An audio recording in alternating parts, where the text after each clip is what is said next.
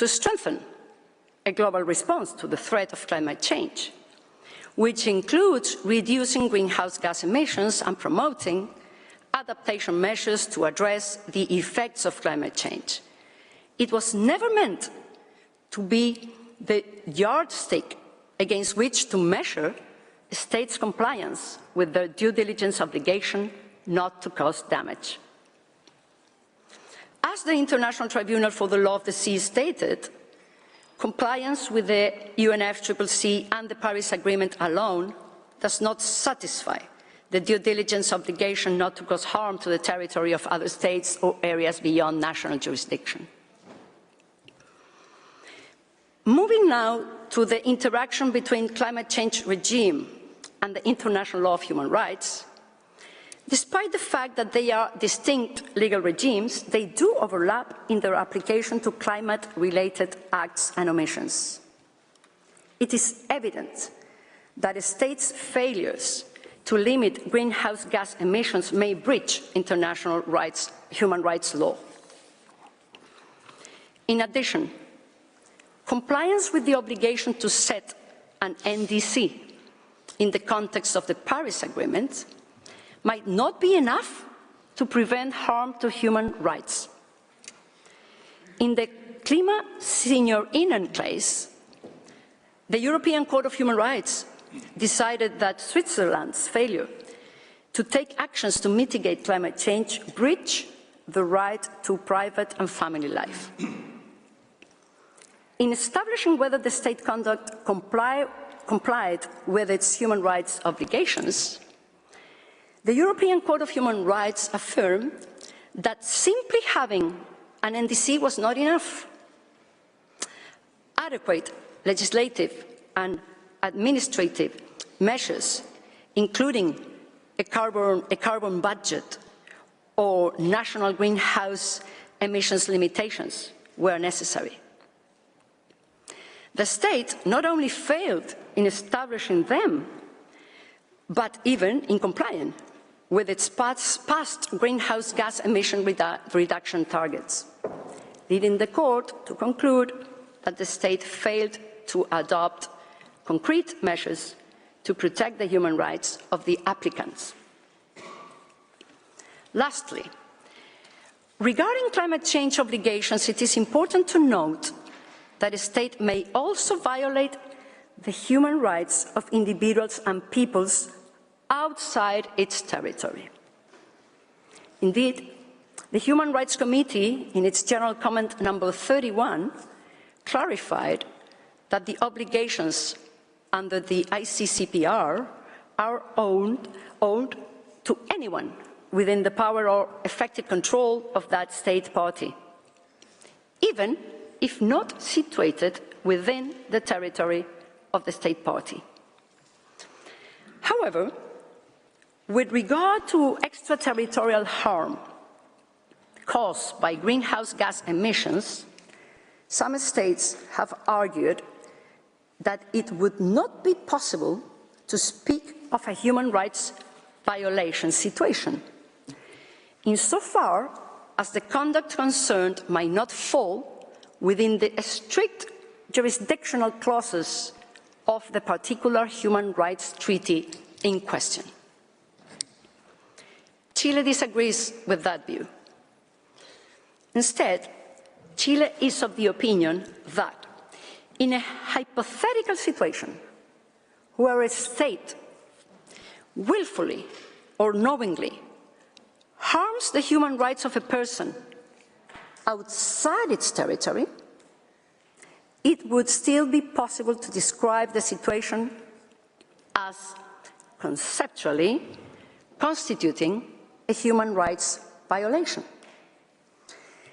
This has been recognized by the German Constitutional Court in the Neubauer et al. Versus Germany case, when it considered that under the German Constitution, it was conceivable that duties of protection arising from fundamental rights could place the German state under an obligation vis-à-vis complainants living outside Germany to take actions against impairments caused by global climate change.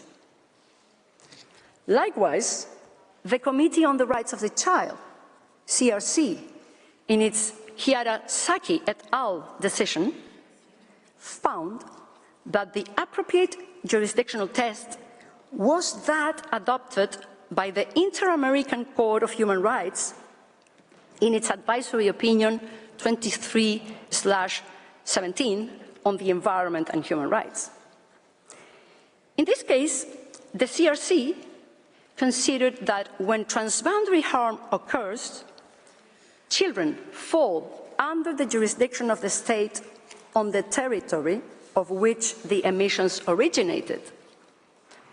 And I quote, "If there is a causal link between the acts and omissions of the state in question and the negative impact on the rights of children located outside its territory, when the state of origin exercises effective control over the sources of the emissions in question," end of quote. Mr. President, with this I conclude the first part of Chile's presentation, and I kindly request that you give the floor to Ms. Chiappini to address question B.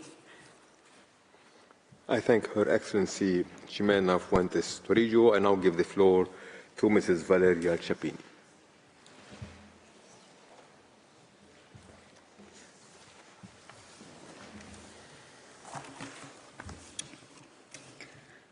Mr. President, members of the Court, it is an honor to appear before this Court on behalf of the Republic of Chile. I will address the legal consequences under the obligations that have been already detailed by Ambassador Fuentes, where states, by their acts and omissions, have caused significant harm to the climate system and other parts of the environment with respect to particularly vulnerable states and present and future generations. In the present advisory proceedings, the Court has not been called to determine the responsibilities of individual states. Instead, it has been asked how the framework of state responsibility applies in abstract in case of harm to the environment due to climate change. Some states have argued during the present proceedings that the climate change framework is a self-contained regime that excludes the application of the general rules on state responsibility. And they have further argued that even if it were applicable, attribution to individual states would not be possible. Chile disagrees with this view. The framework of state responsibility applies to the breach of climate change-related obligations for the following two reasons. First, the climate change regime does not regulate state responsibility and liability for climate harm. And second, attribution can be established on the basis of accepted scientific consensus, which in any case would be a matter for potential contentious proceedings. Regarding the first argument, Chile sustains that the so-called Warsaw Mechanism for Loss and Damage, established under the UNFCCC, does not regulate liability for damages arising from breaches of obligations related to climate change. But it was rather meant to strengthen the capacity of the parties, and in particular that of developing states, to manage climate risk and implement adequate strategies. In fact, the Warsaw Mechanism mainly focuses on collaborative actions such as enhancing knowledge and understanding of risk management, and strengthening dialogue and synergies among relevant stakeholders. It is meant to increase action and support, including finance, technology, and capacity building between state parties. The subsequent adoption of the Paris Agreement only clarified that it was always the parties' understanding that the Warsaw Mechanism was not meant as a mechanism for compensation. Indeed, the inclusion of Article 8 in the Paris Agreement, which deals with loss and damage, and the Warsaw Mechanism explicitly, was highly contentious during the negotiation of the agreement, because developed countries viewed notions of liability and compensation as a red line. For this reason, the negotiating parties reached a compromise solution embodied in paragraph 51 of the COP decision which adopted the Paris Agreement, and clarified that Article 8, and I quote, does not involve or provide a basis for any liability or compensation. The only conclusion to be drawn from this compromise formula is that while actions taken to implement this mechanism do not entail an admission of responsibility, they can never be deemed a waiver of any rights to liability claims, let alone an abrogation of general rules of international law, such as the state responsibility regime. Mr. President, members of the Court, I will now turn to my second argument regarding the question about attribution.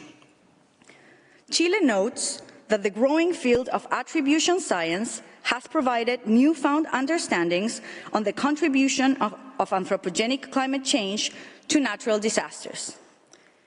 It is very clear that global warming is proportional to the amount of anthropogenic CO2 emissions.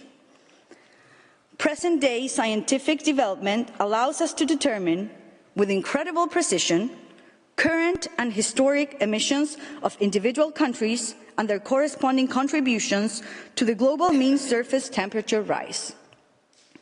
It is even able to quantify the disparities between the emissions of major emitters and other world regions. Science can further quantify the real impact that failure to adopt necessary measures has on the overarching temperature goals. Indeed, the most recent scientific consensus has emphasized that the current commitments under NDCs are not enough to address the objectives set out in the Paris Agreement. Currently, a 28% reduction in expected emissions for 2030 is needed to keep the global temperature under the 2 degrees Celsius goal, and a 42% reduction is required for the 1.5 degrees Celsius goal. However, the full implementation of current NDCs do not even theoretically address Article 2 objective. Parties to the Paris Agreement have indeed fulfilled their obligation to submit their NDCs, but the sum of their commitments is not designed to meet our collective goal. The biggest concern is that each year that those commitments are not updated to be fully aligned with the objectives of the Paris Agreement, global warming projections will increase, making it harder to close the gap. In this context, courts would be able to consider existing science regarding states' current and historic greenhouse gas emissions and their contributions to global warming, either to examine the adequacy of the commitments with the collective objective, or assess how much climate change contributes to a particular loss and damage, determining legal consequences that are grounded on the scientific attribution evidence therein presented. Some states have also argued in the present proceedings that climate change is a collective responsibility. But when all are guilty, no one is. That is the popular saying. Nevertheless, this court's jurisprudence has shown that it is possible to attribute individual state responsibility in situations of multiple wrongdoers. Indeed, the court made clear in the Armed Activities on the Territory of the Congo reparations judgment that when multiple actors contribute to causing harm, the responsibility for that harm should be divided among them based on the respective contributions. The court has found similarly in the Corfu Channel case and the certain phosphate lands in Nauru case. In fact, the ILC has also recognized that under the law of state responsibility, and I quote, each state is separately responsible for the conduct attributable to it, and that responsibility is not diminished or reduced by the fact that one or more other states are also responsible for the same act. Lastly, regarding the causal nexus for the purposes of compensation, this court has acknowledged that lack of sufficient evidence of the exact extent of damage does not always prevent awarding compensation. To account for these exceptional situations, the court has awarded compensation in the form of a global sum. As the court explained in the armed activities case, and I quote, "Such an approach may be called for where the evidence leaves no doubt that an internationally wrongful act has caused a substantiated injury, but does not allow a precise evaluation of the extent or scale of such injury." End quote. Mr. President, members of the court, voluntary efforts to reduce global warming have thus far failed. As put by UNEP in their most recent report, ambition means nothing without action. Mitigation efforts implied by current policies will lead global warming to a maximum of 3.1 degrees Celsius this century, exceeding all tipping points. If this ambition level continues, there is virtually no chance of meeting our collective goals. We are on track to overpass the 1.5 degrees Celsius threshold above pre-industrial levels in less than a decade.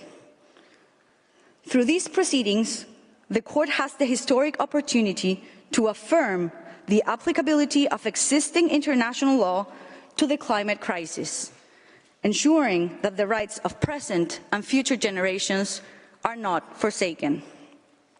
Let us not inherit the regret of inaction, but instead let us choose the courage to act. Mr. President, members of the court, this concludes Chile's presentation. Thank you for your kind attention. I thank the representative of Chile for their presentation. I now invite the delegation of China to address the court, and I give the floor to His Excellency Ma Xinmin.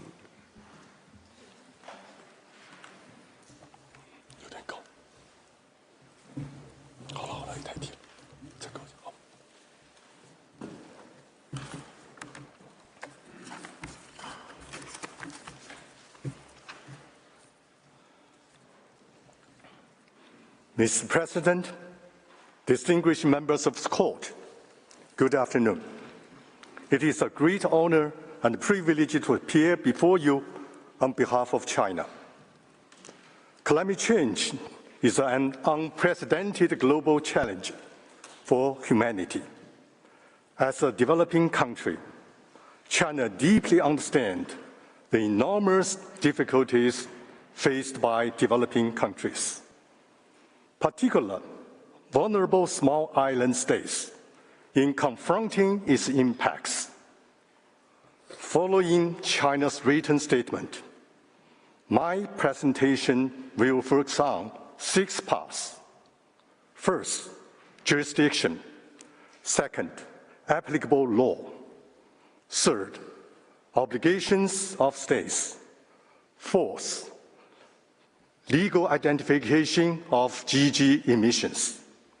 Fifth, legal consequences. And finally, China's action. Mr. President, I will start with court's advisory jurisdiction. China affirms its support for the court exercise of advisory jurisdiction in accordance with international law. We hope the court will focus on the identification and clarification of lex lata and refrain from the development and applicable of lex ferenda. China also hopes that the court will uphold the UN climate change negotiations mechanism as primary channel for global climate governance, promote harmonized and consistent interpretation and application of international law, and prevent fragmentation of international climate change law. Mr. President, I will now turn to applicable laws. In China's view, this advisory opinion engages multiple branches of international law, UNFCCC, together with Kyoto Protocol and the Paris Agreement, constitute a basic legal regime of global climate change, climate governance. It lacks specialists tailor-made to address climate change.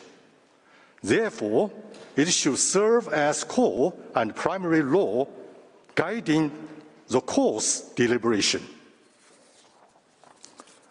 For matters not regulated by the UNFCCC regime, other branches of law, such as UNCLOS, human rights treaties, and relevant rules of general international law, may play a complementary role. However, their application must consistent with the purpose, principles, and the rules of UNFCCC regime. Mr. President, I now turn to the obligations of states under the UNFCCC regime. The UNFCCC and its Kyoto Protocol and the Paris Agreement form a coherent and harmonious framework. The UNFCCC provides foundation, while Kyoto Protocol and the Paris Agreement are implementation agreements that build upon, supplement, and the development foundation.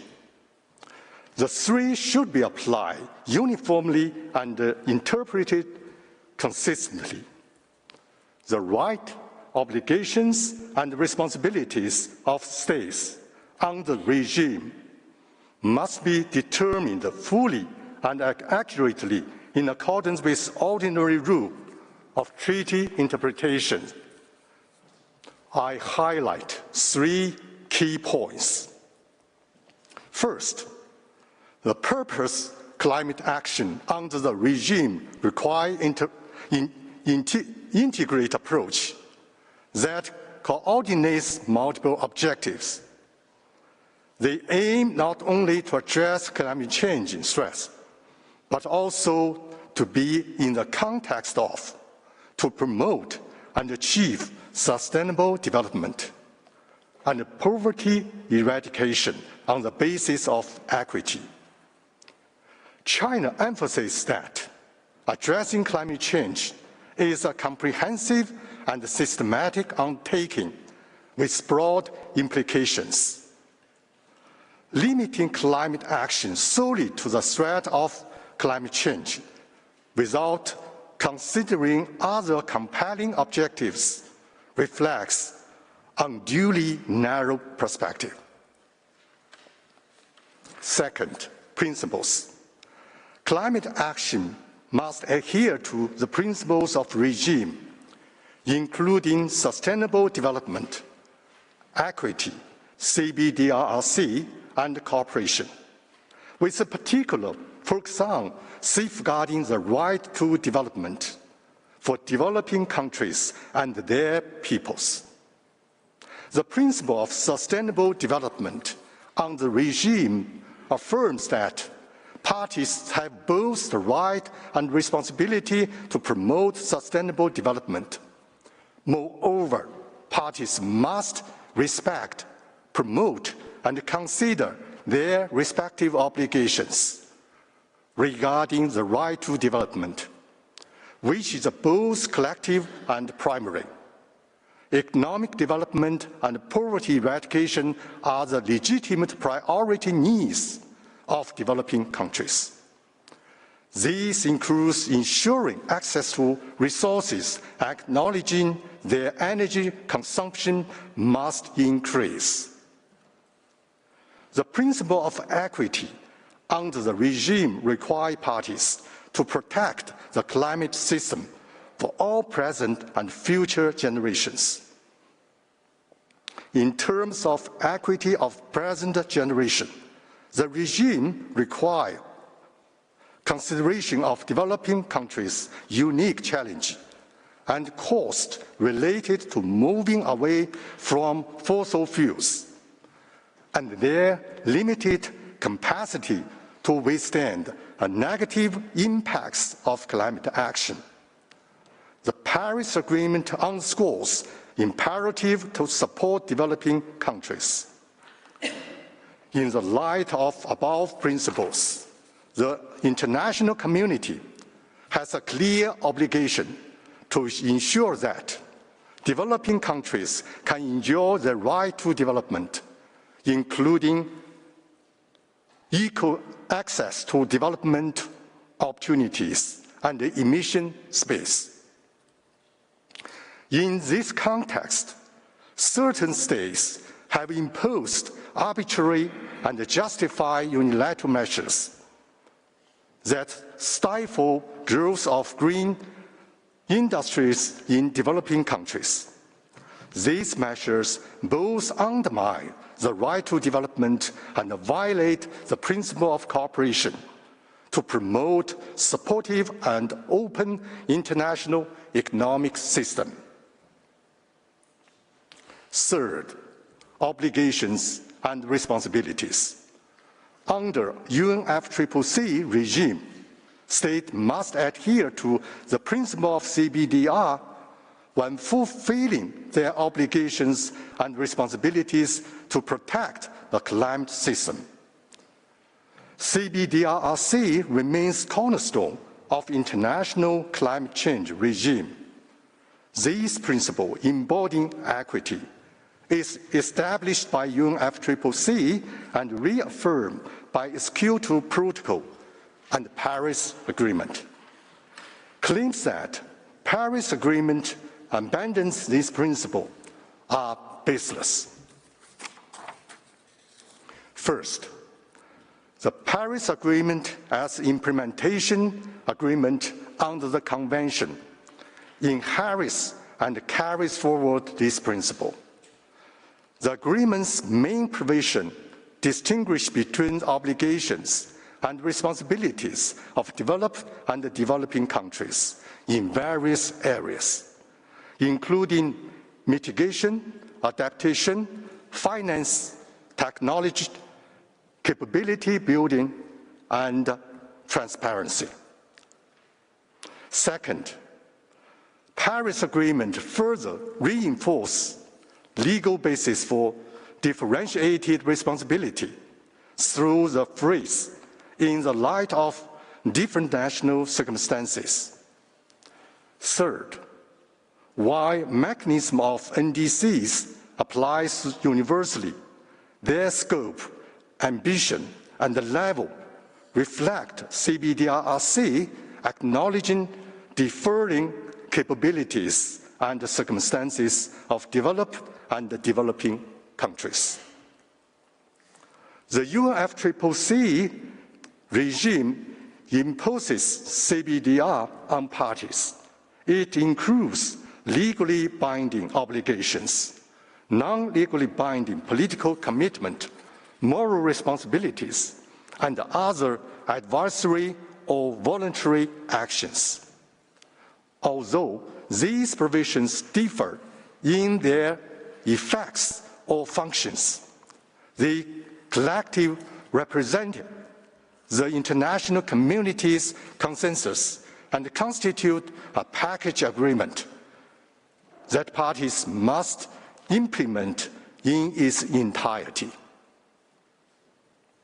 Mr. President, regarding common obligations and responsibilities of all parties, I underscore common objective and general commitment. First, all parties should collectively pursue common objectives of climate action. Paris Agreement sets out 3 specific goals for strengthening global response to threat of climate change: limiting global warming, addressing adaptation, and aligning financial flows. Regarding the long-term temperature goal, the Paris Agreement sets a time framework for global mitigation efforts and recognizes that developing countries require longer time phrase for emissions peaking. It is clearly demonstrated that developed and developing countries follow different paths toward carbon neutrality. These goals are collective, applying to parties as a whole rather than individual parties. They constitute shared political commitment, not concrete legal obligations. Importantly, they combine temperature limit, application, adaptation, and finance goals. Rather than focusing solely on one temperature goal, the long-term temperature goal sets a range from 1.5 C to 2 C, rather than a singular 1.5 C target. Secondly, all parties are to collectively undertake and communicate their ambitious climate efforts to achieve the purpose of Paris Agreement. The term R2 indicates direction rather than legal obligation, expressing the parties' general commitment to progressive efforts in various areas. Regarding each party's specific obligation and responsibility, each party shall prepare, communicate, and update progressive and ambitious NDCs, and pursue domestic measures to mitigate and adapt to climate change. The obligation-related NDCs are conducted-based ones, undertaken at international level. However, the scope, form, and ambition of NDCs remain subject to each party's determination. Mr. President, next I will examine differing obligation and responsibility of developed and developing countries. Why distinguish between developed and developing countries? Let me be clear. The distinction is not a gift from developed countries. It is firmly grounded in justice and law. Three factors determine the distinction, that is, historical GG's emission before the UNFCCC adoption, the capacity to tackle climate change, and the national circumstances. In the terms of national circumstances, the following aspects should be taken into account. In particular, development stages, people's basic needs for survival, livelihood, and development. Resources endowment, industrial structures, population size, transference of emission between countries, and cost effectiveness. For developed countries, they bear more and greater obligations and responsibilities. First, the developed countries shall undertake quantified emission reduction and should lead mitigation efforts and adopt economy-wide absolute emission reduction targets.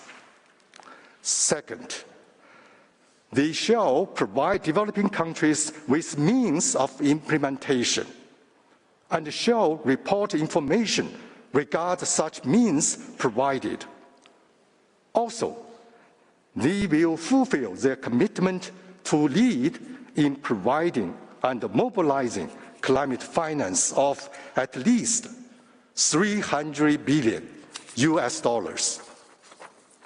annually by 2035.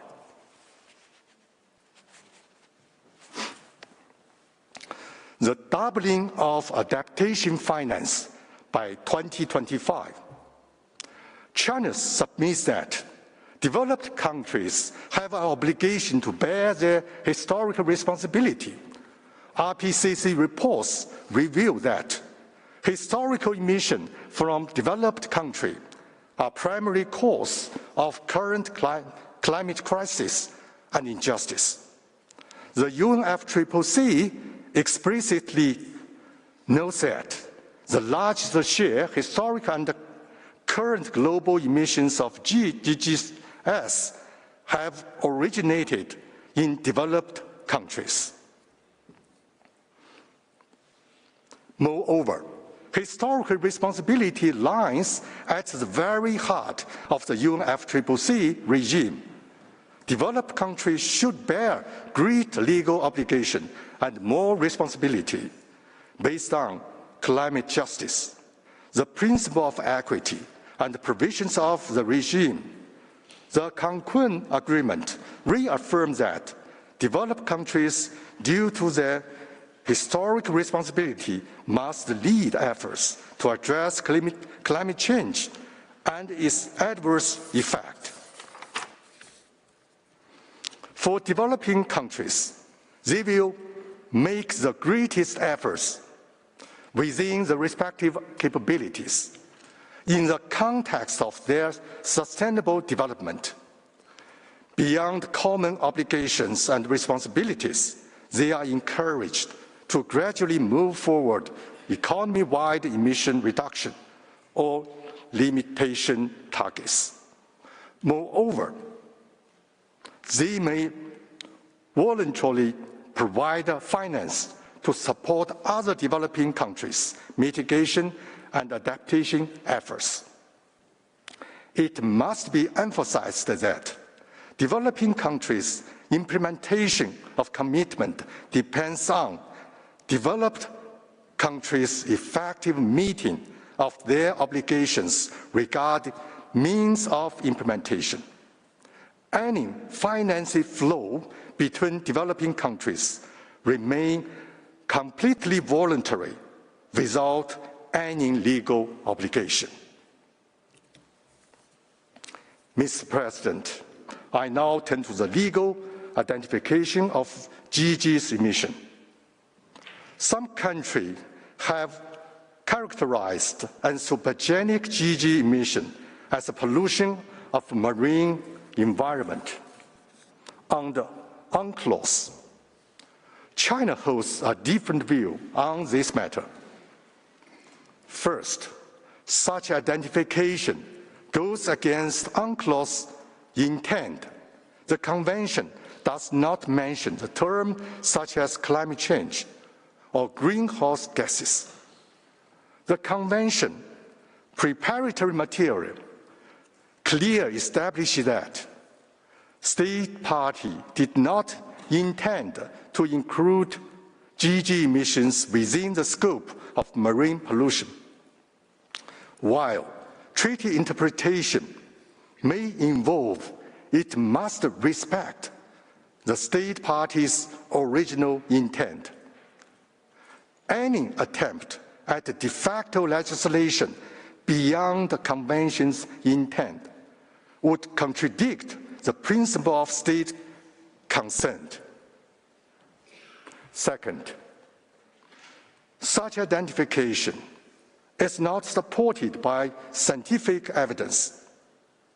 Determining whether the adverse effect of anthropogenic GHGs constitute marine pollution is fundamentally a scientific question. Such a determination cannot rely solely on legal reasoning. CO2, primary anthropogenic GHG, is not inherently harmful. It is essential for life on Earth and its ecosystem. Determining whether the adverse effect of oceans' absorption of CO2 constitute pollution requires an evidence-based scientific assessment. Last but not least, such identification fails to account for the unique nature of adverse effect from GHG emission. Unlike conventional environmental pollution, the effects from GHG emission are global and historical, make it difficult to identify specific sources, establish causation, or attribute responsibility. Accordingly, the legal rules governing environmental pollution do not apply. IOC draft guidelines on the protection of atmosphere define climate change as atmospheric degradation, distinguishing it from atmospheric pollution.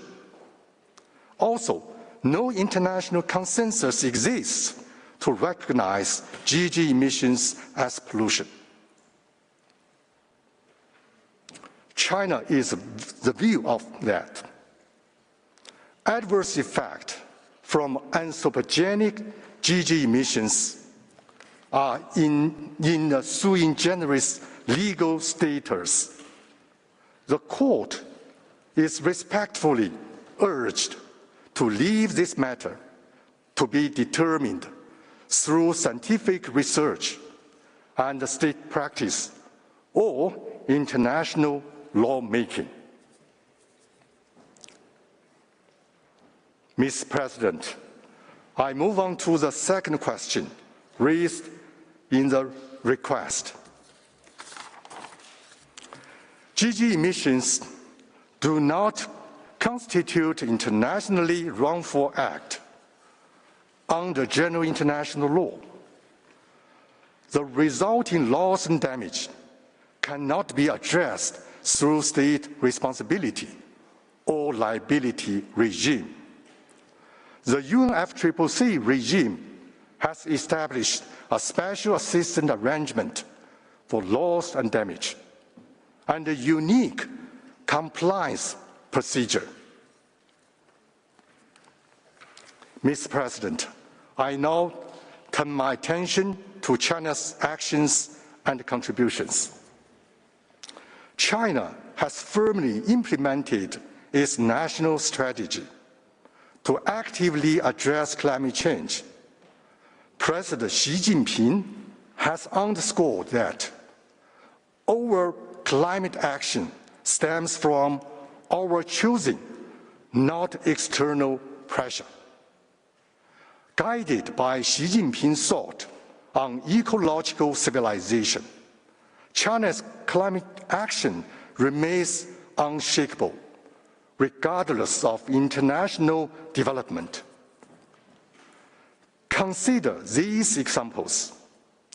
Since the 1990s, China has lifted 658 million people out of poverty, accounting for 75% of global progress in the poverty reduction. This marks the greatest achievement in human history. China is advancing its dual carbon target comprehensively,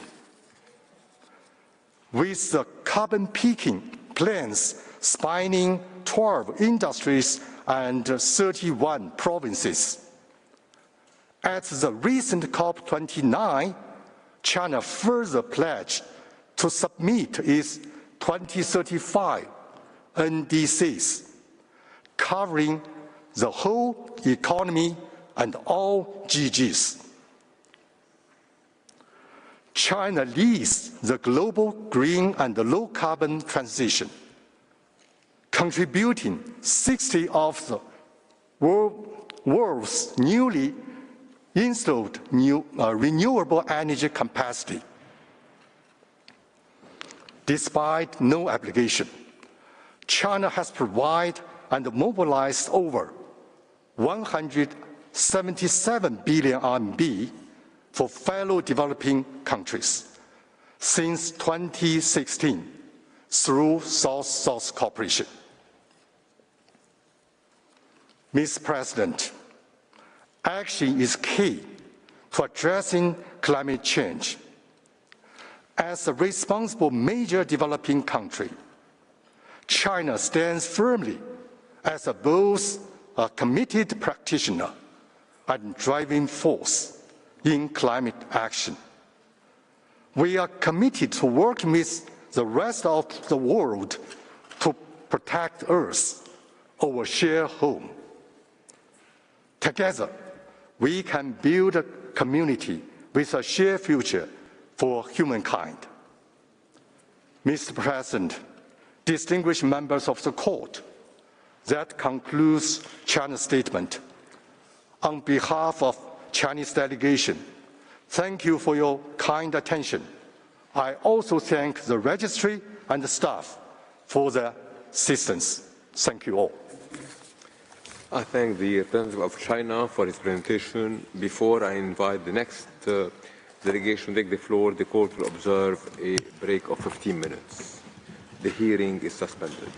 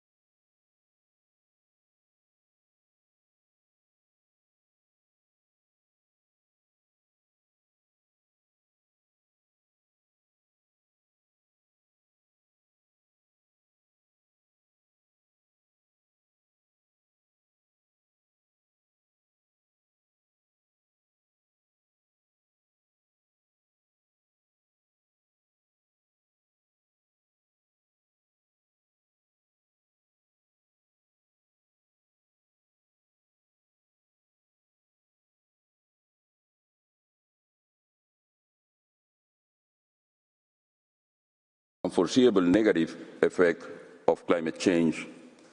Moreover, instability related to climate events and disruption create significant threat to international peace, stability, and security. This instability exacerbates internal conflict, increasing competition for scarce resources and displacing population. As a country that has suffered several decades of armed conflict, we recognize that peace building also requires making peace with the nature. For example, rising ocean and sea levels, in particular, pose a serious threat to island coastal states. In the case of Colombia, it is low coastal areas that are in danger, as evidenced in the island of San Andres of Providencia and Santa Catalina, that they are suffering for this impact. The life of the native community of this territory, we call the Raizal communities, is closely linked with the marine and coastal ecosystems. Those islands are home to one of the largest coral reef systems in the world, which unfortunately are suffering for serious degradation caused by ocean acidification and rising water temperatures, therefore depleting this essential ecosystem for fishing and marine biodiversity. This is the same situation of my own people in the state of Chocó, Black and indigenous communities that are underwater, impacted by flooding. Mr. President, since climate change is a common concern of all humanity, no nation can address this crisis alone. Multilateralism and the duty to cooperate are key to confront this crisis. Colombia, being a mega-diverse country, suffered disproportionately from the adverse effect of climate change, despite of not contributing significantly to global emissions. However, Colombia remains steady in its fight against climate change. As the President of Colombia, Gustavo Petro, has constantly pointed out, addressing the structural causes of global environmental degradation implies re-evaluation of the economic and development models, as well as the financial and international governance architecture. Many middle-income countries, like Colombia, face serious constraints while addressing climate and economic crises, including financial debt impact. Therefore, Colombia proposes and advocates for adoption of innovative solutions such as the debt swaps for climate actions and debt swaps for environmental conservation, which would free up resources for mitigation, adaptation, recovery, and restoration initiatives. Colombia upholds these measures, and we state that should not be the result of goodwill of developed states, but rather a real legal obligation derived from loss and damages caused by the commission of internationally illicit acts, including continued international wrongful acts resulting from historic and current carbon emissions. Mr. President and members of the Court, Colombia recently hosted the 16th Conference of the Parties to the Convention of Biological Biodiversity, COP16. COP16 recognized the urgent need to halt and reverse the crisis of biodiversity loss and its intrinsic relationship with climate change. A clear example of this is seen in the unbearable pressure exerted on the Amazon and the biogeographic Chocó regions, two ecosystems critical for climate regulation, carbon capture, and water supply. In the high-level segment of COP16, a voluntary declaration was approved and released. In its call, the declaration reaffirms the importance of due respect and observance of international law as a crucial tool against action that threaten the life of human beings and nature itself. We call this declaration a peace with nature, a call for life. Without any doubt, the world expects this court to issue a comprehensive advisory opinion that establishes clear legal principles applicable to climate change and reinforces the obligation for unified and coordinated global actions. Colombia requests the court to recognize the interconnection and interdependence between environmental protection, climate change, human rights, and sustainable development.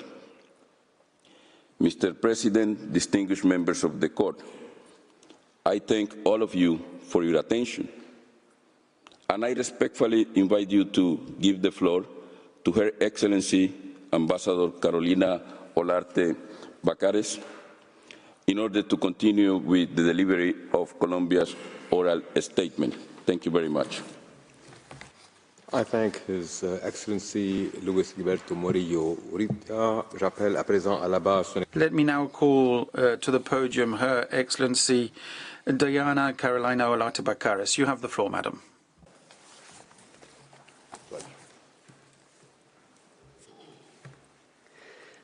Monsieur le Président, Mr. President, Madam Vice President, honourable members of the Court, it's a great honour for me to appear before you on behalf of the Republic of Colombia. The Foreign Minister has just highlighted the determination of our country to fight against climate change through significant national actions. However, as we all know full well, national efforts alone will be and are insufficient because of the global nature of the crisis, which requires a joint and universal response based on international law. The position of Colombia, as concerns many of the issues raised, is described in detail in our written submissions. My oral presentation today will only cover a few key aspects related to the two main questions put to the Court. Let me at this point, at this juncture, mention the first part of my argument, which will look at the international legal obligations applicable to climate change. Climate change obligations are rooted in the regimes established by the United Nations Framework Convention on Climate Change, the Kyoto Protocol and the Paris Agreement, but they also extend far beyond. We therefore invite the Court to consider that a piecemeal approach to international law cannot help us face the current climate crisis.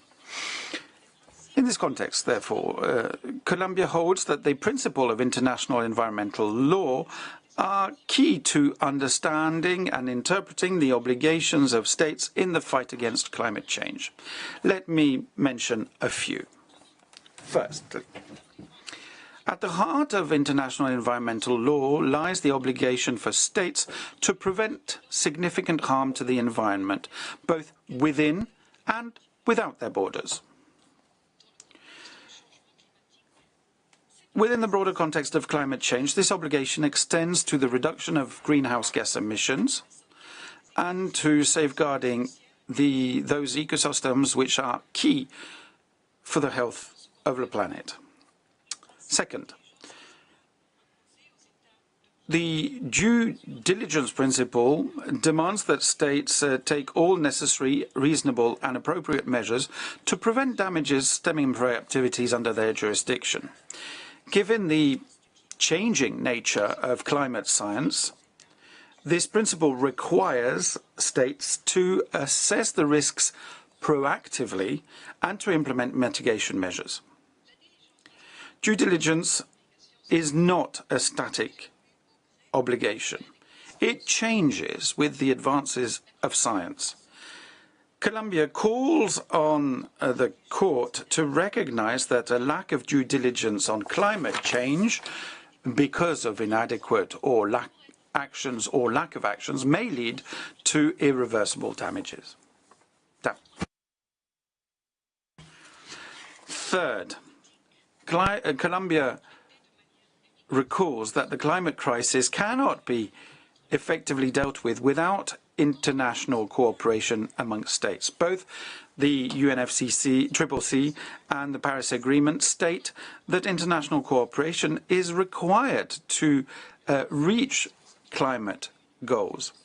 The principles of common but differentiated responsibilities and respective capacities provides that though all states share a responsibility to fight against climate change, those with the greatest historical emissions and capabilities should bear a larger share of the burden. These principles should guide our attenuation and mitigation efforts within global climate actions.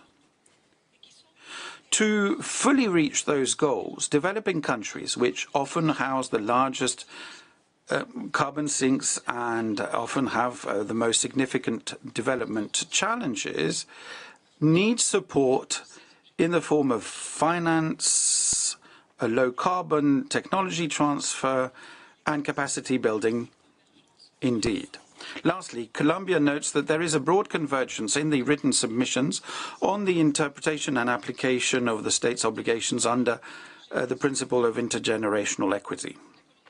Colombia holds that in the current climate emergency, states should strive to guarantee justice and fairness in the use and conservation of the environment and of natural resources, which requires them to take account of inequalities between generations.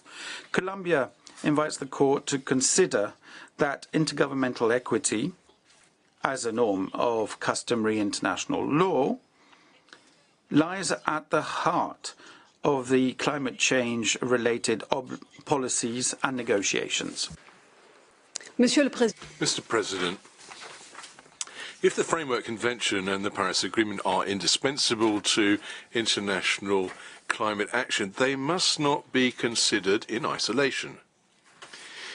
Colombia feels that these agreements must be interpreted in conjunction with other international legal regimes, inter alia, human rights, and environmental law. And this in order to guarantee that states do comply with all their obligations in international law, whilst at the same time complying with their climate commitments. Colombia, dismisses the argument whereby an approach based on lex specialis would exclude the application of principles of international law or other legal regimes. The obligations flowing from the Framework Convention and the Paris Agreement are complementary to other legal undertakings and neither replace nor exclude them. Mr. President, distinguished members of the Court, the combat against climate change requires nothing less than a whole and consistent approach and application of the various relevant bodies of law. The lack of consistency between legal regimes often results in profound difficulties in harmonizing their application. This fragmentation compromises their effectiveness and exacerbates the contradictions between different obligations. Mr. President, distinguished members of the Court, let's be more precise. Climate change isn't only an environmental question, it's also a serious threat to the fundamental right of individuals. By that I mean the right to life, the right to health, and the right to a healthy environment. The degradation of environment caused by climate change has direct and serious repercussions on the enjoyment of these rights. Now, Colombia, like many other states, is firmly persuaded that the harm caused by climate cannot be excluded from the scope of application of human rights obligations. States have the duty to include human rights considerations into their climate policies and actions. If they don't, not only will they infringe international law, but the most vulnerable populations will not enjoy adequate protection. Those obligations flowing from human rights treaties extend without a doubt to climate harm.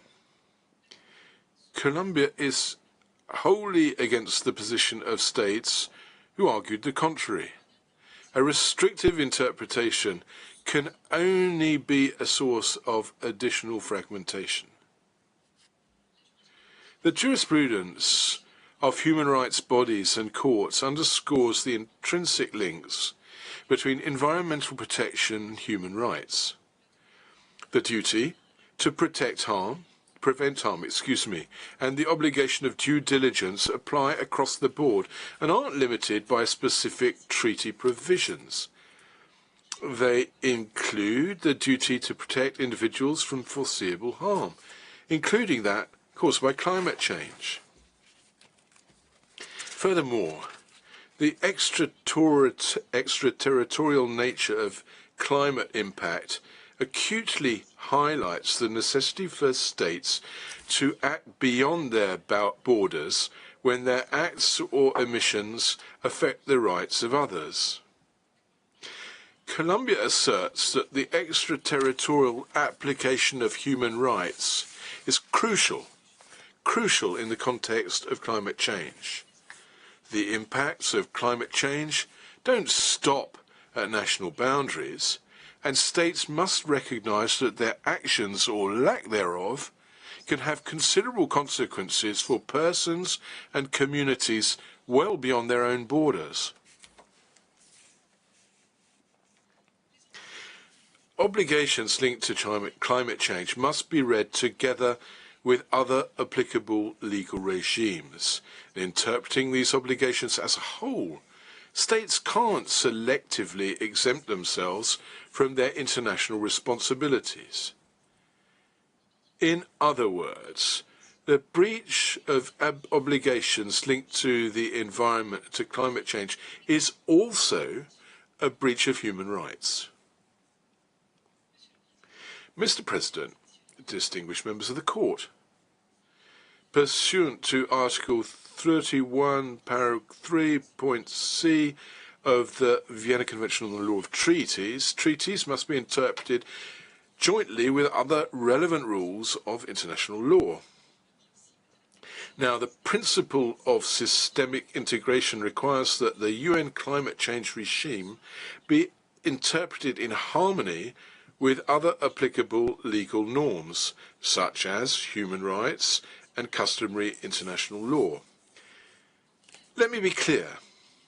The Court is not being asked to create new legal obligations, but to clarify existing legal corpus relative to climate change.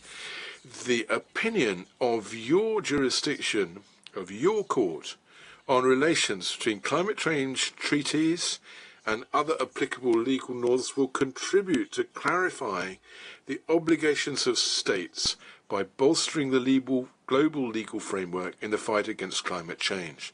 Thus, for example, the Inter-American Court of Human Rights, in its advisory opinion OC 23/2017, recognizing the interconnection between environmental obligations and human rights, showed that such harmonization is possible.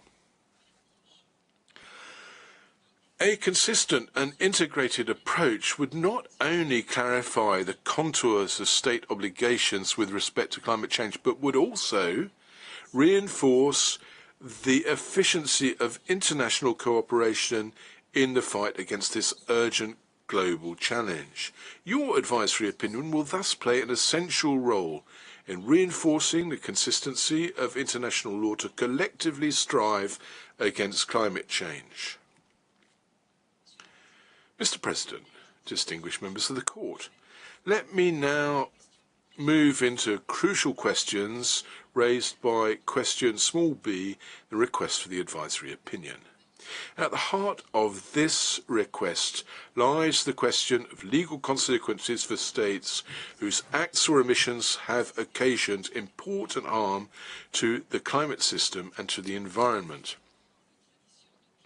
Your court has a long tradition of clarifying the consequences of internationally wrongful acts, and that includes within the framework of advisory proceedings. Recently, in your advisory opinion on the legal consequences of the policy and practices of Israel in the OPT, including East Jerusalem, 2024, the court reaffirmed the principle whereby wrongful acts entail legal consequences.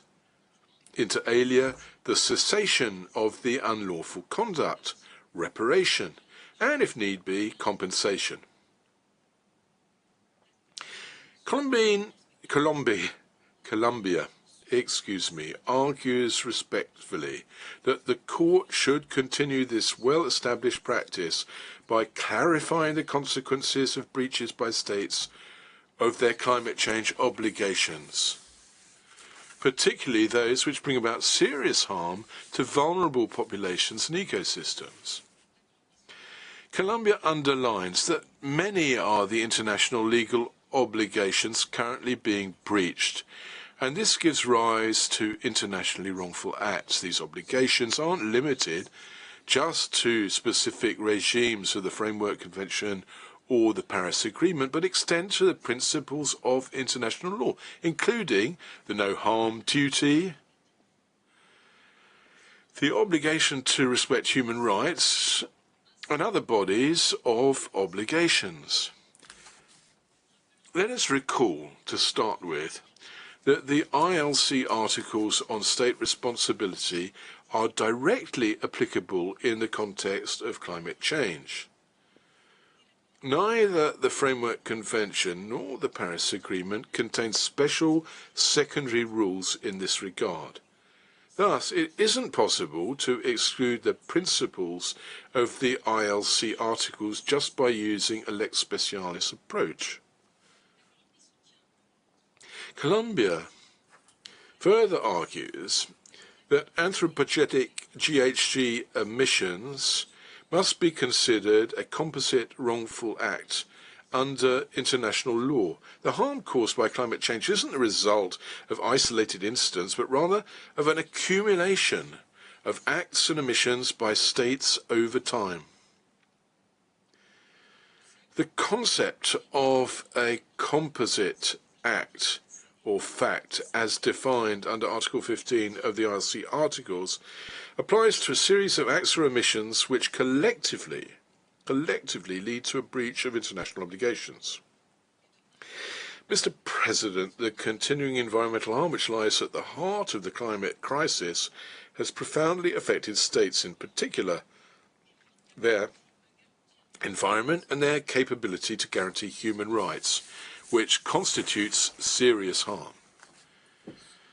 This conduct is a continuing international breach which persists over time and which comprises both the acts and omissions of those states responsible. Now, some states have argued that the complexity of attributing emissions-related climate change harm renders establishing state responsibility a difficult proposition. However, the instant advisory proceedings do not require the court to rule specifically on questions of attribution. Emphasis should rather be placed on the legal principles applicable to such breaches.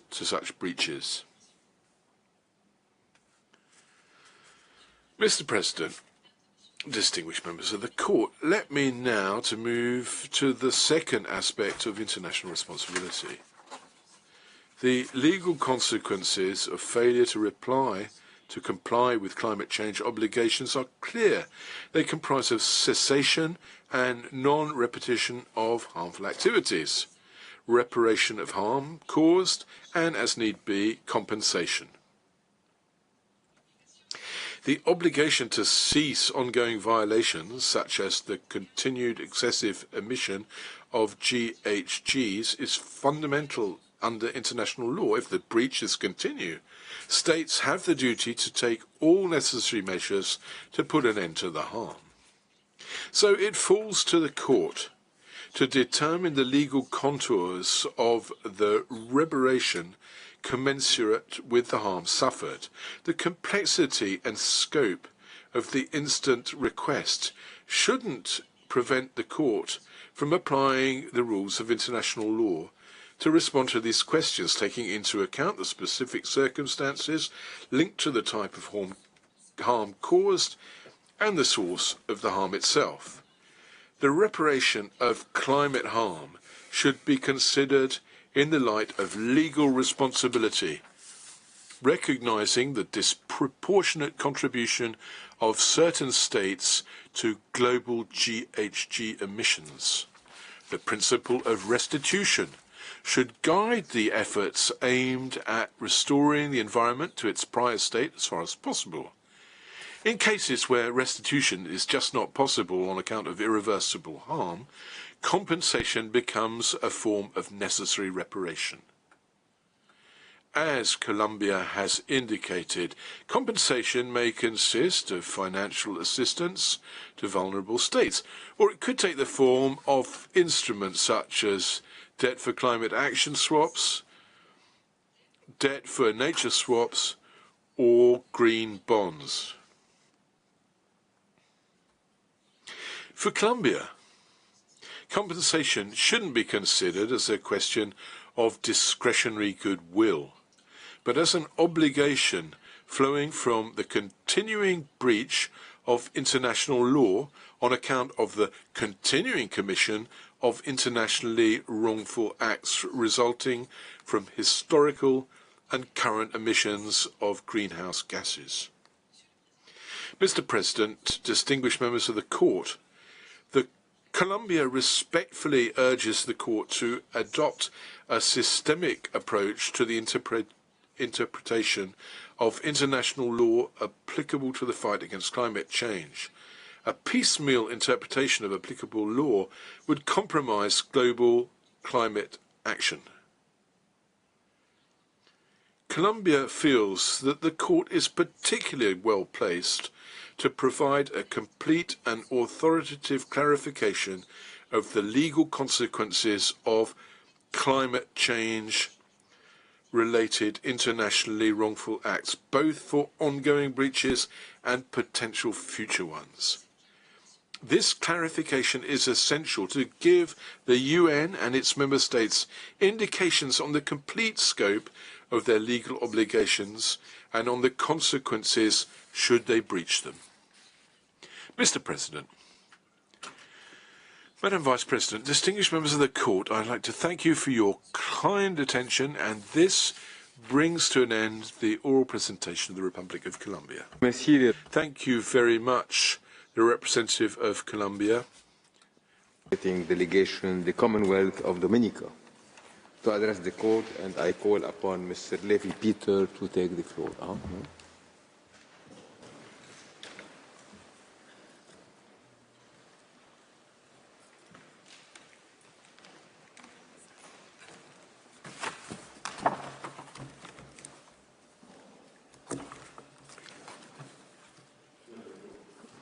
Thank you, Mr. President.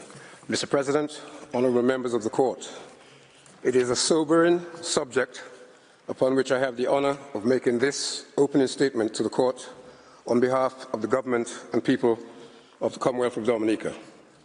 And I am pleased to be doing so in unison with nations of the global community. To echo the words of our Honourable Prime Minister Roosevelt Skerrit at the 72nd session of the United Nations General Assembly in September of 2017, we in Dominica are on the front line of the war on climate change, a war we did not start and a war in which we are the innocent casualties. Politically, Mr. President, Dominica attained independence from the United Kingdom on the 3rd of November of 1978. Mr. President, that therefore means that exactly 1 month ago today, Dominica celebrated its 46th anniversary of independence. Mr. President, the Commonwealth of Dominica is approximately 750 square kilometers and has a coastline of some 148 kilometers. It is located at the approximate geographic center of the archipelagic chain of islands in the Caribbean Sea, known as the Lesser Antilles. Mr. President, slide 1 is a map of Dominica and indicates its topography and positioning. Our population is approximately 73,000, the majority of whom are of black African descent, and the second largest grouping, Mr. President, are indigenous Kalinagos. Mr. President, topographically, the Commonwealth of Dominica is a mountainous and rugged volcanic island whose terrain is crisscrossed by numerous deep valleys, rivers, streams, waterfalls, sulfur vents, natural hot springs, and is widely covered by dense tropical rainforests. Our tropical rainforests are home to an array of once thriving biodiversity, including flora and fauna, some of which is not found elsewhere in the region, or in some instances, for example, the Cicero parrot, Dominica's national bird, anywhere else in the world. Also, on the threat is the mountain chicken, otherwise known as a crapo. Both of these are listed as critically endangered species, and together with other species, are at increased threat to their survival in consequence of the increasingly extreme climatic events.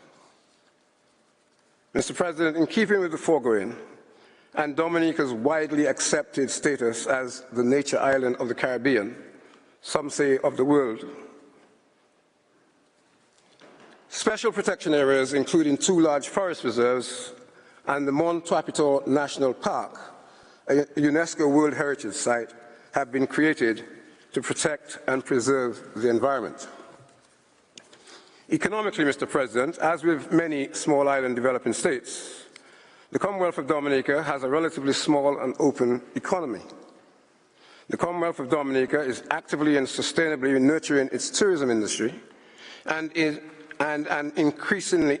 increasingly promising a small micro manufacturing sector, all while making a significant investment in the development of geothermal energy production. However, Mr. President, the nation's growth and development have been and continue to be significantly put at risk and in several cases stymied by the repeated destructive climate-related crises that we face. Mr. President, in terms of climate change events and impacts on Dominica, it is important to note that Dominica's location at the center of the Lesser Antilles positions it squarely in the bullseye of the Atlantic hurricane belt, directly in the crosshairs of the ferociously intensifying storms. These storms form off the coast of West Africa and journey across the Atlantic Ocean to unleash havoc and destruction on Dominica and the wider Caribbean. Mr. President, the second slide indicates the positioning, and Dominica is highlighted by a circle. The human-induced climate change is greatly exacerbating this geographic vulnerability by supercharging the ocean waters, increasingly making Dominica and other small island developing states particularly susceptible to these hydrometeorological hazards, causing the increased frequency and intensity of high-powered hurricanes, tropical storms, floods, drought, storm surges, and sea level rise that we have been experiencing and are projected to continue to experience into the foreseeable future if urgent action is not taken. Dominica has been badly affected by hurricanes, tropical storms, and other climate events, but particularly, Mr. President, by hurricanes and tropical storms. These have impacted Dominica with increased frequency and intensity over the past 60 years, as is demonstrated by the following. Between 1967 and 1978, Dominica experienced just one major storm, namely Hurricane Dorothy, and one recorded significant rainfall event. However, Mr. President, between 1978 and 1989, Dominica experienced 7 hurricanes, one being Hurricane David, which history revealed was one of the most powerful of the last century.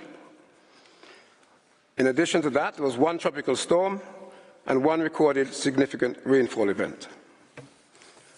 Between 1989 and 2018, Dominica experienced 11 hurricanes, 5 tropical storms, and 8 recorded significant rainfall events. It will be noted that that period also saw Dominica visited by the dreadful Hurricane Maria in 2017, about which I shall say a little more shortly. Between 2018 and the current time, Dominica has been affected by 21 hurricanes. Not all have hit Dominica directly, but all the 21, which are named in the documentation highlighted in the footnote reference, all of the 21 have affected Dominica in some way, some fashion. This, Mr. President, represents an explosion in the number of major climate events adversely affecting Dominica and includes, as I indicated, the monstrous Hurricane Maria, which utterly decimated the island in September of 2017. And Mr. President, a slide is included, it's slide 3, and also another slide, slide 4, which indicates some of the damage, but in no way encapsulates the extent of the damage suffered by Dominica as a result of Hurricane Maria. Mr. President, I shall say a little more about Hurricane Maria, but I think people have lost turn their to homes and properties and lives the current to the video and allow it to play for a short moment, which relates to Tropical Storm Erica in 2015. People have lost their homes and properties and lives to the landslides and mudslides, and much of the island does not have power at all. Most of the major road networks on the island are impacted. The airport, as I understand, has sustained damage to the tarmac and the buildings, so the airport is closed until further notice. I don't think that the images that you're seeing adequately demonstrate the severity and the widespread nature of this disaster. Deidre Robinson for CBS News, Rosa Dominica. Mr. President, the consequence of these storms has been immense, causing immense damage and loss. And of course, as a small island state, we are in a cycle of storm damage and then recovery and reconstruction and debt incurrence and debt incurrence, and that cycle continues. Mr. President, we need the protection of the international legal system and structure. And with that, Mr. President, with your leave, I yield to Ms. Sobers-Joseph, who will conclude the presentation for Dominica. Thank you, Mr. President. I thank Mr. Levy-Peter, and I now give the floor to Ms. Sobers-Joseph.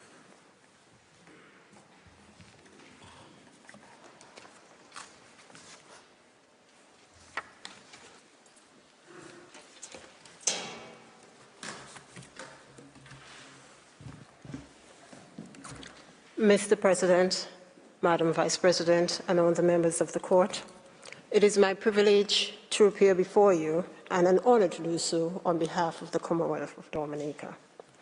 Today, it falls to me to address the court on why the Commonwealth of Dominica submits that the court's opinion on climate change is needed to authoritatively clarify, first, states' legal obligations with respect to climate and environment, and second, the legal consequences of those obligations where there has been a breach, in particular regard to small island developing states like the Commonwealth of Dominica. Due to our special circumstance and with particular regard to the future generations. Preliminarily, I wish to address the Court on 3 points. Firstly, it is without a doubt there is consensus among states appearing before the Court that the Court has the jurisdiction to deliver the requested opinion. And secondly, the question before the Court is a question of law, clarifying the law. Thirdly, the science. The Court is asked to affirm the science relating to climate change is clear, as it is the best available science, and it is widely accepted that there has been an unprecedented adverse change in the climate system from the end of the Industrial Revolution in 1850 to 2020. The IPCC reports, which are credible sources and credible reports of climate change, and were adopted by consensus by most states here today, clearly with high confidence, state, 1, the cause of climate change, despite other states suggesting otherwise to the Court, and 2, the impacts of climate change. Science confirms that the surface temperature of the ocean or sea is warmer than ever before, and warm sea waters lead to greater intensity in hurricanes. You would have seen on September 18, 2017, Hurricane Maria intensified into a Category 5 hurricane roughly 24 hours after being upgraded from a tropical storm. The potential intensity of Hurricane Maria was not realized until 2 hours before landfall on the Commonwealth of Dominica. 226% of the Commonwealth of Dominica's GDP was wiped out overnight. The Commonwealth of Dominica echoes the sentiments of other small island developing states that, despite historically contributing less to the current climate crisis, Dominica, the Commonwealth of Dominica, is on the front lines of those disproportionately affected. By the World Bank's assessment, there is a clear impact and visible correlation between the incidence of climate events and the Commonwealth of Dominica's economic growth. The World Bank states, I quote, climate change could disproportionately magnify disaster risk in Dominica due to rising temperatures and sea level and associated coastal erosion, flood and storm surge. The Commonwealth of Dominica does not intend to examine the entire body of international law or all the treaties referenced in the question. The treaty discussion was well ventilated by other state submissions, written and oral.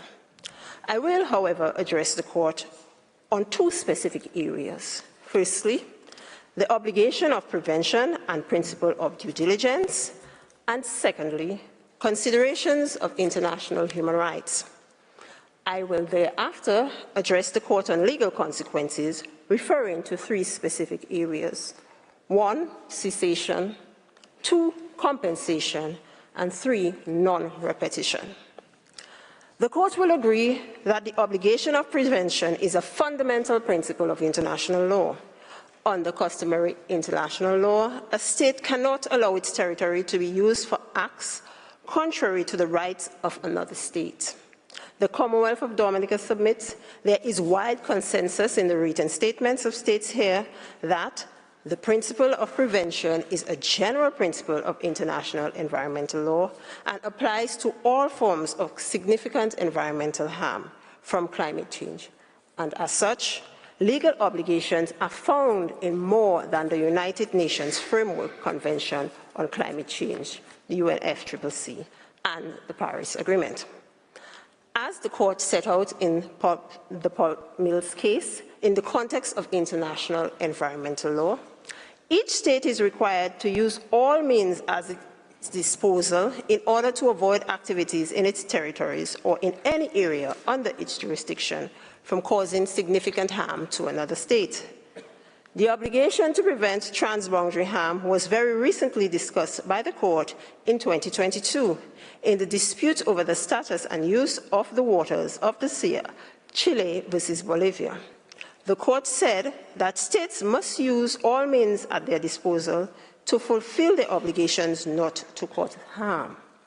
The court recognized in the legality of the threat of use of nuclear weapons, advisory opinion that there is a, quote, general obligation of states to ensure that activities within their jurisdiction and control respect the environment of other states or of areas beyond national control. The court said, and I quote, the court recognizes that the environment is under daily threat and that the use of nuclear weapons could constitute a catastrophe for the environment. The court also recognizes that the environment is not an abstraction, but represents the living space, the quality of life, the very health of human beings, including generations unborn. The existence of the general obligation of states to ensure that activities within their jurisdiction and control respect the environment of other states or of areas beyond national control is now part of the corpus of international law relating to the environment, end quote. It is no hyperbole that greenhouse gas emissions have weaponized the sea into a catastrophic threat. It is the Commonwealth of Dominica's submission that climate change is a daily threat to the life, the very health of human beings, including generations unborn. The caution urged by some states regarding the court's approach to this question is misplaced. Small island developing states are not asking the court to act recklessly, but rather to provide a clear and authoritative interpretation of existing law. As there is no caution in relentless winds, torrential rains, and extreme weather that batter and ravage our islands, nor in the rising sea that threatens to engulf and swallow our islands whole. The Commonwealth of Dominica affirms and adopts Belize's oral submissions and written submissions on the prevention obligations, causation and assessment obligations to prevent transboundary harm, and the duty of due diligence, and ask the court to affirm that treaties have not displaced the independent, customary international law obligation.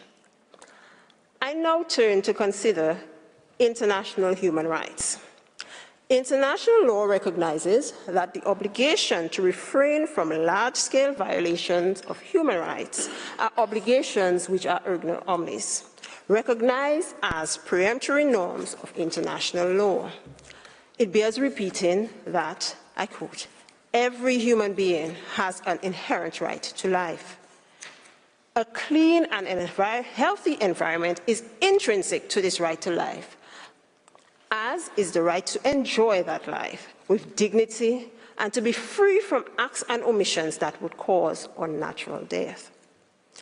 Climate change and the resulting adverse weather conditions is a direct threat to the life and enjoyment of life and the mental well-being of every citizen of the Commonwealth of Dominica.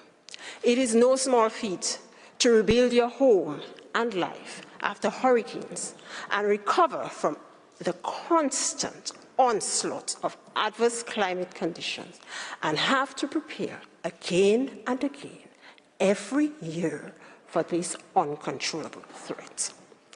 The Commonwealth of Dominica supports the position of states that the right to life, the right to a healthy environment, and the right to self-determination are human rights that have been breached by the emission of greenhouse gases and climate change. Furthermore, the ICLOS advisory opinion spoke in very clear terms that greenhouse gases is pollution. I repeat, greenhouse gases is pollution for the purposes of UNCLOS. The court is asked and invited to affirm the advisory opinion of ICLOS and set out in this requested opinion that a state's legal obligations require it to take all measures with a view to reducing and controlling pollution from greenhouse gases and to protect the marine environment. The court is asked to reject any lex specialis arguments, particularly those which seek to position the question before the court as solely under the ambit of the UNFCCC. The court, in this advisory opinion, is asked to similarly hold the view as the chamber in LC did, and I quote, find itself unable to accept that an important principle of international law should be held to have been tacitly dispensed with in the absence of words making clear an intention to do so, end quote. Higher meeting states are skirting any responsibility with nuanced, but it is submitted flawed arguments. We ask the court to set aside these arguments as flawed and restate that in the context of climate change, customary international law principles have not been replaced by and cannot be replaced by treaty provisions because there have been no clear words with intention to do so. Any arguments that suggest otherwise should also be rejected. It is a matter of fact that some states, such as Nauru, Kiribati, and Fiji, specifically declared that signing the UNFCCC was not a renunciation of any rights under customary international law. The Paris Agreement acknowledges that Article 8 is not meant to create legally binding obligations on liabilities. This, as one state said, and I quote, exemplifies why other sources or rules of international law are required to clarify the full extent of states' obligation in relation to climate change beyond the UNFCCC and Paris Agreement, end quote. As to legal consequences, the Commonwealth of Dominica believes the court is well placed to pronounce on liability and the accountability for environmental damage as it relates to climate change.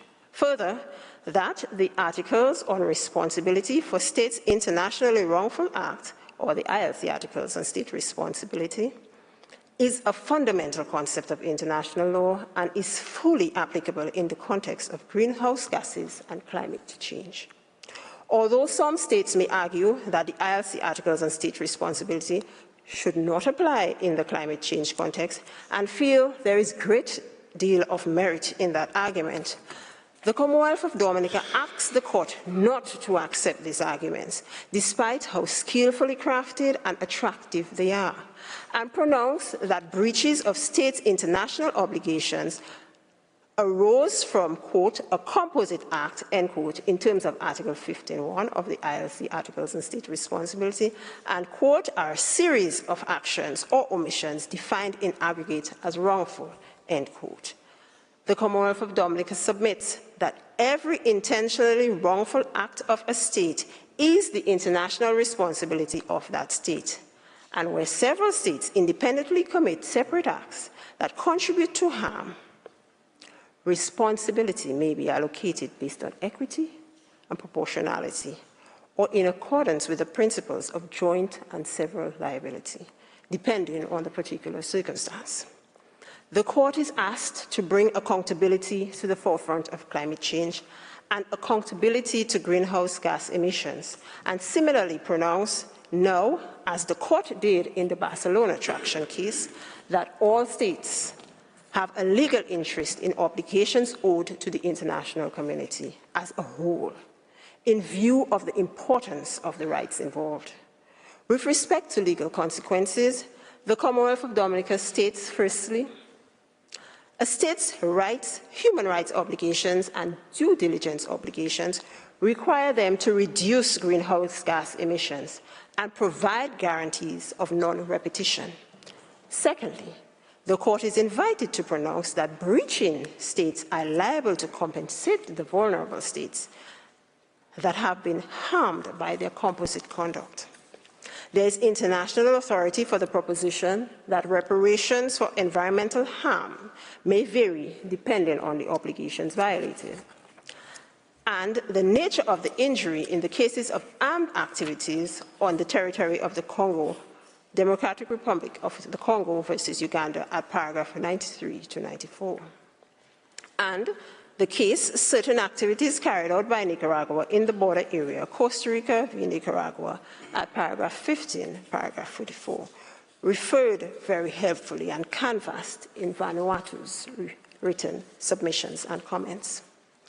The Commonwealth of Dominica, as other states have set out, state that the court can consider compensation may include, or the court's consideration of compensation may include, technical assistance that ensure states like Dominica, vulnerable governments, enhance resilience without jeopardizing fiscal stability or diverting funds from development goals, and that any assistance should not be seen as stated by Colombia in their written and oral submissions, I quote, a mere expression of goodwill by developed states, but an actual obligation stemming from the commission of various continued internationally wrongful acts against the environment, resulting from historic and current greenhouse gas emissions. 2, another consideration could be providing funds to small island developing states at concessionary rates. As to non-repetition, the court is asked to reaffirm that there should be a commitment by states to not repeat the harm. In conclusion, the Commonwealth of Dominica asked the court to, in a very frontal way, address the responsibility for emissions of greenhouse gases and climate change in the context of customary international law and rightly reaffirm the human rights responsibility and states' responsibility relating to climate change are erga omnes. On behalf of the citizens of the Commonwealth of Dominica and its future generations, our children and our children's children, we ask the court to use this opportunity in this advisory opinion to promote justice, accountability in climate change. We ask the court to choose to be on the right side of climate history.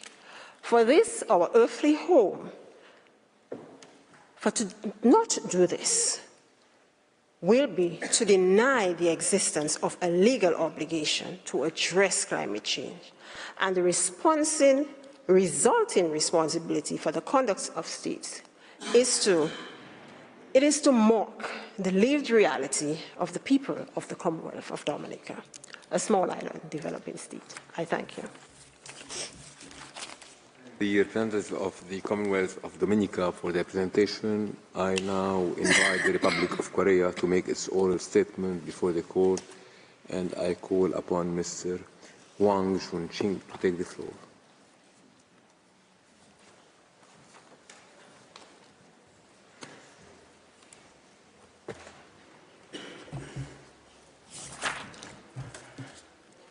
Mr. President, members of the court, it is an honor to appear before you today on behalf of the Republic of Korea.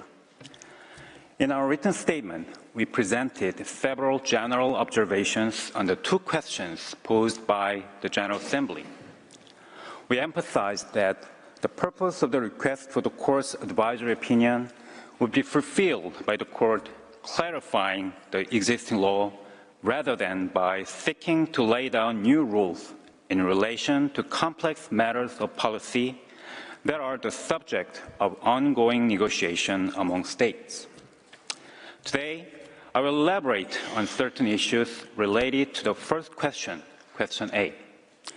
I'll be followed by Professor Lee Geun-kwan, who will address question B. I will begin by addressing the significance of an advisory opinion in the present context, as well as the relationship between the climate change treaty regime and other sources of international legal obligations that may be relevant. Next, I will discuss more specifically the relevance of the law of the sea and international human rights law.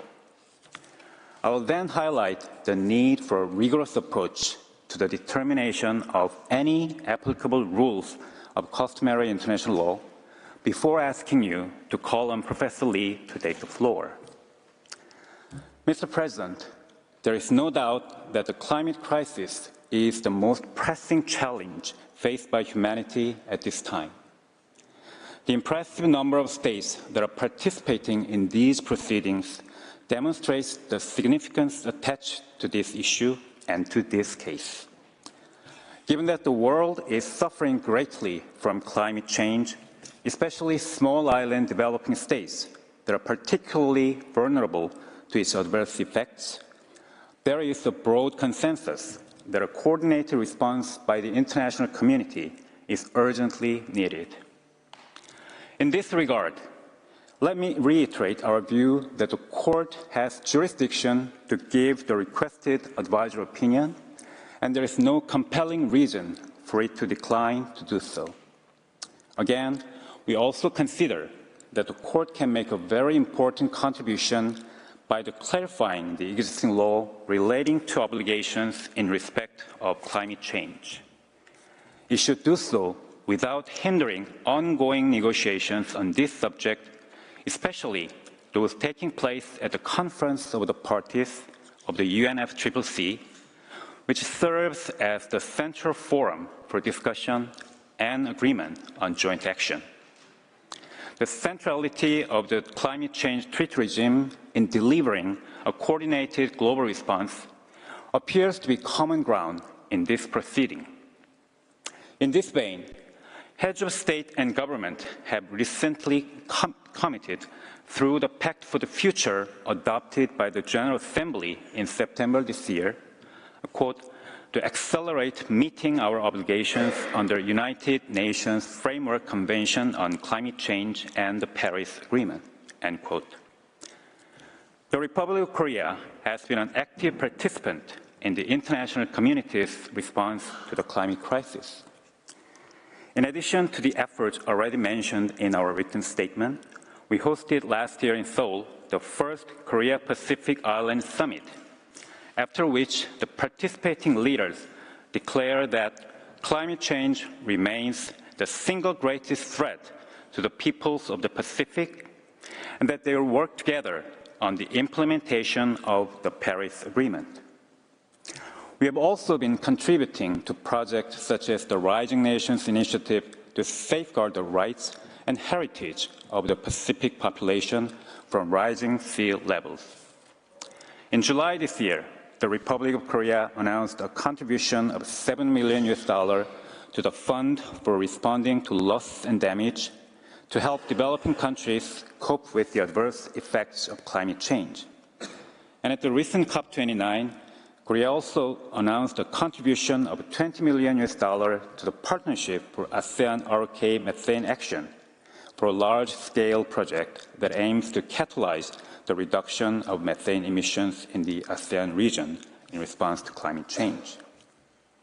Mr. President, turning now to the relationship between the climate change treaty regime and other sources of international legal obligation that may be relevant, it is widely recognized and indeed uncontested that the UNFCCC and the Paris Agreement are the primary sources of international law addressing climate change for the parties thereto. It is these treaties which most clearly lay down obligations for ensuring the protection of the climate system and the environment from the anthropogenic emission of greenhouse gases. As ITLOS observed in its recent advisory opinion, there is an extensive treaty regime addressing climate change, and the UNFCCC and the Paris Agreement are primary treaties addressing climate change. Core obligations that are laid down in the Paris Agreement, including in Article 4 thereof, stem exclusively from this treaty and do not flow from other sources of international law. In this light, for those states that are parties to the climate change treaties, the essence of the answer to question A is grounded in the UNFCCC and the Paris Agreement. However, this does not mean that the climate change treaty regime is the only source of law applicable to combating climate change, and that international legal norms outside the climate change treaty regime are entirely irrelevant. This becomes clear when you think about a state which is not a party to the climate change treaties. Such a state would be bound by corresponding or other applicable rules of customary international law. In addition, other treaties to which the state is a party may be of relevance. For example, as long as the state is a party to the UN Convention on the Law of the Sea, UNCLOS, or to human rights treaties, it would be obliged, as the case may be, to exercise due diligence in protecting the marine environment from the negative impacts of climate change and to ensure the protection of the relevant human rights of individuals within its territory. Indeed, giving normative priority and centrality to the climate change treaties and regarding them as lex specialis does not mean evading or setting aside other international legal obligations. The ILC's study group on fragmentation of international law had recognized in the same vein that characterizing a treaty as lex specialis may not always lead to the setting aside of the general treaty. Mr. President, while the climate change treaty regime stipulates certain specific obligations that cannot be derived from other sources of international law, other sources of international law can undoubtedly complement that regime. UNCLOS, for its part, does not expressly refer to an obligation to protect the climate system from greenhouse gas emissions, but is clearly relevant to climate change, as was confirmed in the advisory opinion given by ITLOS last May. In that advisory proceeding, the Republic of Korea expressed its view that a general obligation of conduct to promote the protect the marine environment from climate change can be derived from Articles 192 and 194 of UNCLOS. We also stated in our written statement in that case, and in the present one, that the Convention provides a basic legal framework for addressing aspects of climate change through the obligations to protect and conserve the marine environment. Several points in the advisory opinion given by ITLOS, which we generally support, may have benefited from further explanation.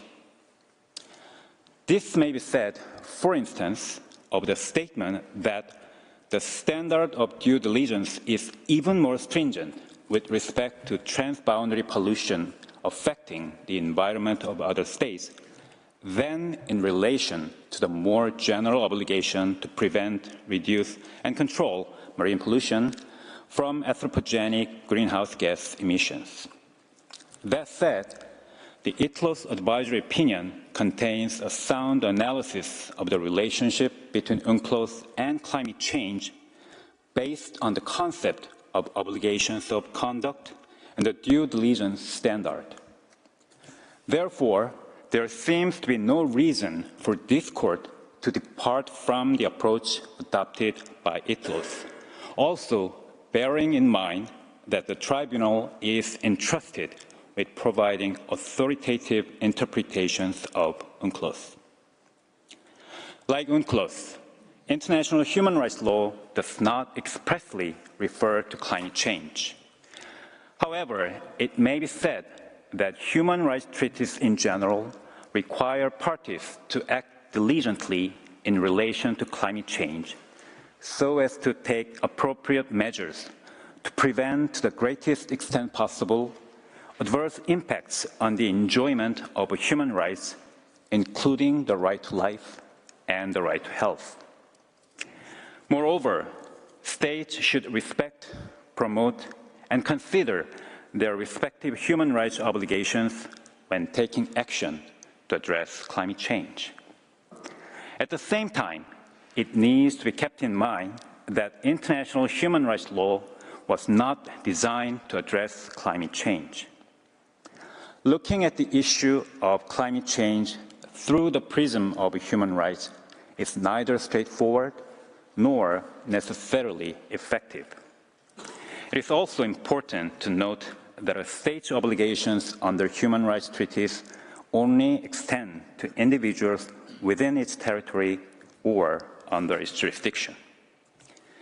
Mr. President, Some obligations in respect of climate change may also be found in customary international law. We are aware that states have different views on whether, and if so how, rules of customary international law also apply to climate change. Our own view, on which we elaborated in our written statement, is that the obligations under customary international law, especially the principle of prevention of significant harm to the environment and the duty of cooperation, are applicable in the context of climate change as obligations to be undertaken with due diligence and can complement the relevant treaty obligations. We also consider that the determination of rules of customary international law must be rigorous in the present context as in others. Since the Court must not anticipate the law before the legislator has laid it down, it must be careful not to identify new obligations under customary international law that are not sufficiently grounded in a general practice accepted as law. As the Court explained in a previous advisory opinion, it, quote, states the existing law and does not legislate. This is so even if, in stating and applying the law, the Court necessarily has to specify its scope and sometimes note its general trend. Mr. President, members of the Court, I thank you for your attention and now respectfully ask that you invite Professor Lee to take the floor. I thank Mr. Wang, and I now give the floor to Professor Lee. You have the floor, Professor. Mr. President, Madam Vice President, members of the Court, it is a great honor for me to appear before you today on behalf of the Republic of Korea to address the question of legal consequences for states under the obligations concerned, where they have, by their acts and omissions, caused significant harm to the climate system and other parts of the environment. In my presentation, I would like to address the following three questions. First, applicability of Articles on responsibility of states for internationally wrongful acts, RCWA, in the context of climate change. Second, challenges in applying the general rules of state responsibility. And third, possible consequences specific to the obligations of due diligence and cooperation. Mr. President, let me first address the applicability of RCWA in the context of climate change. Question B is closely linked to question A through the phrase legal consequences under these obligations.